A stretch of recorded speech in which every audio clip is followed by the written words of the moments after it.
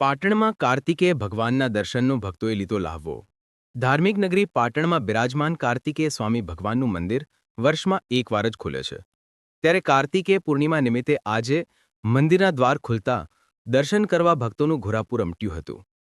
પૌરાણિક કથાઓ પ્રમાણે ભગવાન શિવના બે પુત્રો ગણેશ અને કાર્તિકેય ભગવાન વચ્ચે પૃથ્વી ભ્રમણની શરત લાગી અને તે સમયે કાર્તિકેય ભગવાન પોતાના વાહન મોર પર સમયમર્યાદામાં પૃથ્વીની 7 વાર ભ્રમણ કર્યું હતું। પરંતુ ભગવાન ગણેશ ચતુર હોઈ તેમને પૃથ્વીના ભ્રમણ કરવાના બદલે પોતાના માતા પિતાના 7 ફેરા કરી ભ્રમણ પૂરું કરતા તમામ ભગવાને ગણેશના વખાણ કર્યા હતા અને ભગવાન શિવ ખુશ થઈ ગણેશજીના રિદ્ધિ સિદ્ધિ સાથે લગ્ન કરાવ્યા હતા। ત્યારે ભગવાન કાર્તિકે ક્રોધિત થઈ પોતાને શાપ આપ્યો હતો, જે પણ કોઈ સ્ત્રી મારું મુખ જોશે તો તે વિધવા થશે। ત્યારે તમામ ભગવાન દ્વારા તેમને શાંત પાડી સમજાવતા તેમને નિર્ણય કર્યો હતો કે મારા મુખને વર્ષની શરૂઆતની પ્રથમ કાર્તિકેય પૂર્ણિમાના દિવસે જે પરિણીત મહિલાઓ મારા મુખના દર્શન કરશે તે સૌભાગ્યવતી બનશે અને જીવનમાં સુખ સમૃદ્ધિ મળશે। ત્યારથી ભગવાન કાર્તિકેયનું મંદિર વર્ષમાં એકવાર જ વાર ખોલે છે અને મંદિરના દ્વાર ખુલતા મોટી સંખ્યામાં મહિલાઓ અને ભક્તો તેમના દર્શન કરવા ઉમટી પડ્યા હતા। નૂતન વર્ષ પછી આવતી પ્રથમ પૂર્ણિમા એટલે કે કાર્તિકેય ભગવાનના દર્શન કરવાની પૂર્ણિમા હોય તેને કાર્તિકેય પૂર્ણિમા કહેવામાં આવે છે।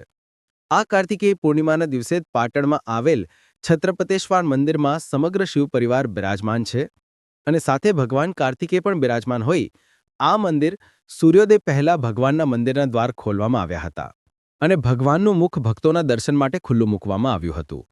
આ મંદિર અને ભગવાનનું મુખ સૂર્યાસ્ત પહેલા બંધ કરી દેવામાં આવે છે, જેથી આજે કાર્તિકેય ભગવાનના દર્શનનું વિશેષ મહત્વ હોય છે। એટલે જ વહેલી સવારથી મહિલાઓ અને ભક્તો મોટી સંખ્યામાં પોતાની બાધા મનોકામના પૂર્ણ કરવા અને ભગવાનના દર્શનનો લહાવો લેવા ઉમટે છે। તો સૂર્યોદયથી સૂર્યાસ્ત સુધી મંદિર પરિસરમાં ભક્તોનું ઘોડાપુર જોવા મળે છે અને ભક્તો કાર્તિકેય ભગવાનના દર્શન કરી આશીર્વાદ મેળવે છે। તો ભગવાન કાર્તિકેય સ્વામીને અતિ પ્રિય એવા સ્કંદ યાગનું પણ આયોજન કરાતા ભાવિક ભક્તોએ કાર્તિકેય સ્વામીના દર્શનની સાથે યજ્ઞના દર્શનનો અનેરો લહાવો લઈ કાર્તિકેય પૂર્ણિમાને યાદગાર બનાવવાના પ્રયાસો કર્યા હતા। જે અત્યારે પ્રતિમા નિહાળી રહ્યા છો તે ભગવાન શ્રી કાર્તિકેય સ્વામીની પ્રતિમા છે। આ પ્રતિમા સમગ્ર પાટણ શહેરની અંદર એક જ શિવાલયની અંદર આવેલી છે, જેથી તે શિવાલયની આ પ્રતિમા પૂર્ણ શિવ પરિવાર સાથેનું શિવાલય બનાવે છે। એટલે કે આ પ્રતિમા પાટણ શહેરની મધ્યમાં સ્થિત ભગવાન શ્રી છત્રપતેશ્વર મહાદેવ મંદિરની અંદર સ્થાપિત કરવામાં આવી છે। આ પ્રતિમાને સંપૂર્ણ વર્ષ દરમિયાન કપડાથી ઢાંકેલી રાખવામાં આવે છે અને કાર્તિકેય પૂર્ણિમાના દિન નિમિત્તે એટલે કે દેવ દિવાળીના દિન નિમિત્તે આ પ્રતિમાના દર્શન એક નિર્ધારિત સમય સુધી જ કરવામાં આવે છે, એટલે કે સૂર્યોદયથી સૂર્યાસ્ત સુધી।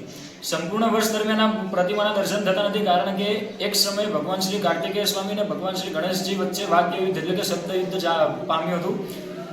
તેની પાછળનું કારણ એ હતું કે બંને પુત્રોમાંથી સર્વપ્રથમ લગ્ન એટલે કે વિવાહ કોના કરાવવામાં આવે।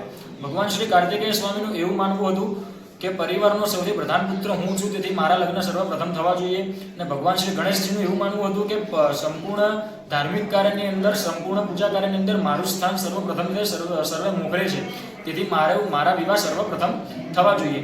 તેઓના આ વિવાદને શાંત પાડતા મહાદેવજીએ તેઓને એક આદેશ કર્યો હતો કે બંને પુત્રોમાંથી જે પણ કોઈ પુત્ર પૃથ્વીની 7 વખત પરિક્રમા કરીને અમારી સમક્ષ ઉપસ્થિત થશે તેઓના વિવાહ સર્વપ્રથમ કરાવવામાં આવશે। પોતાના પિતાની આ આજ્ઞાને સર પર રાખીને ભગવાન શ્રી કાર્તિકેય સ્વામી પોતાના વાહન મયુર ઉપર બિરાજમાન થઈને પૃથ્વીની 7 વખત પરિક્રમા કરવા માટે નીકળી ગયા હતા। અને જો ગણેશજી આ પૃથ્વીની 7 વખત પરિક્રમા પોતાના વાહન મૂષક ઉપર બેસીને કરવામાં જાય તો અનંત વર્ષો વીતી જાય તેમ હતું। તેથી તેઓએ પોતાના માતા પિતા મહાદેવજી અને માતા પાર્વતીને પોતાનું જ સમગ્ર જીવ સૃષ્ટિ, પોતાનું જ સમગ્ર સર્વસ્વ માનીને એક શિલા પર તેઓને સ્થાન આપ્યું હતું અને તેઓની જે 7 પરિક્રમા કરી હતી, તેથી તેઓના આ કાર્યથી મહાદેવજી પ્રસન્ન થયા હતા અને તેઓના સર્વપ્રથમ વિવાહ માતા રિદ્ધિ અને માતા સિદ્ધિ સાથે કરાવવામાં આવ્યા હતા। જ્યારે ભગવાન કાર્તિકેય સ્વામી પરત ફર્યા હતા ત્યારે તેઓએ આ જોયું કે ભગવાન શ્રી ગણપતિજીના દર્શન રિદ્ધિજી અને સિદ્ધિજી સાથે સર્વપ્રથમ કરાવવામાં આવ્યા છે। તેઓને જાણ હતી નહીં કે ગણપતિજીએ પોતાના માતા પિતાની જ પરિક્રમા કરી લીધી છે। તેઓએ મનમાં એવું નિશ્ચિત કર્યું કે ગણપતિ દાદા મહાદેવજી અને માતા પાર્વતીનો પ્રિય પુત્ર છે, તેથી તેઓના લગ્ન સર્વપ્રથમ કરાવી દેવામાં આવ્યા હતા। તેથી તેઓએ સમગ્ર જીવ સૃષ્ટિને એવો શ્રાપ આપ્યો હતો કે જો કોઈ પણ સૌભાગ્યશાળી સ્ત્રી તેઓના દર્શન કરે છે અથવા તેઓનું મુખારવિંદ જુએ છે અથવા તેઓનો પડછાયો પણ જુએ છે તો તેઓનું સૌભાગ્ય અખંડ થાય છે, ખંડિત થાય છે. અને જો કોઈ કુંવારી કન્યા તેઓનું દર્શન કરી લે છે અથવા તેઓનો પડછાયો જોઈ લે છે તો તેઓને તેના લગ્ન થતા નથી, અથવા જો લગ્ન થાય છે તો તેના દાંપત્ય જીવનની અંદર તેને સુખની પ્રાપ્તિ થતી નથી. જો કોઈ પુરુષ વર્ગ અને વિદ્યાર્થી તેઓના દર્શન કરે છે તો તેઓના ધંધા વ્યવસાયની અંદર તેઓને ઉત્તરોત્તર પ્રગતિ થાય, નુકસાન આવે છે અને વિદ્યાર્થીને તેનું અપવિદ્યા પ્રાપ્ત થાય છે. અને તેઓના આ વિવાદને શાંત પાડતા માતા પાર્વતીએ એવું સમજાવ્યું હતું કે જો કોઈ પણ પ્રકારની સ્ત્રી આપના દર્શન કરશે નહીં તો તેઓને આપના આશીર્વાદથી વંચિત રહી જશે. તેથી પોતાની માતાની આજ્ઞાને સ્વીકારતા તેઓએ આજનો એક જ દિવસ એટલે કે કાર્તિકી પૂર્ણિમાનો દિવસ એટલે સુનિશ્ચિત કર્યો હતો કે જો કોઈ પણ પ્રકારની સૌભાગ્યશાળી સ્ત્રી આજના દિવસે તેઓના દર્શન કરે છે તો તેને અખંડ સૌભાગ્ય પ્રાપ્ત થાય છે. જો કોઈ કુંવારી કન્યા તેઓના દર્શન કરે છે તો તેને મનોવાંછિત ફળની પ્રાપ્તિ થાય છે. જો કોઈ વિદ્યાર્થી તેઓના દર્શન કરે છે તો તેને સુવિદ્યા પ્રાપ્ત થાય છે. જો કોઈ પુરુષ તેઓના દર્શન કરે છે તો તેઓને પોતાના ધંધા વ્યવસાયની અંદર ઉત્તર પ્રગતિ થાય છે. અને કોઈ દાંપત્ય જીવનના રહેલા વ્યક્તિઓ એટલે કે પતિ પત્ની તેઓના દર્શન કરે છે કે જેઓને દાંપત્ય જીવનની અંદર સંતાન પ્રાપ્તિ નથી, તેઓ દાદાના દર્શન કરે છે તો તેઓને ટૂંક જ સમયની અંદર સંતાન પ્રાપ્તિ થાય છે. આપણી પાસે ઘણા બધા એવા દાખલાઓ છે કે અમુક દાંપત્ય જીવનની અંદર 7 વર્ષ 8 વર્ષ સુધી પણ સંતાન સુખની પ્રાપ્તિ હતી નહીં, પરંતુ તેઓએ એક વખત ફક્ત એક પારણી બાધા ભગવાન સમક્ષ અરજી મૂકી હતી અને એક જ વર્ષની અંદર તેઓને સંતાન સુખ પ્રાપ્ત થયું હતું. આજે શું કાર્યક્રમો થાય છે? આજના દિવસે છત્રપતિશ્વર મહાદેવ એટલે કે દામાજીરાવ બાગની અંદર સ્કંદયાગનું આયોજન કરવામાં આવ્યું છે.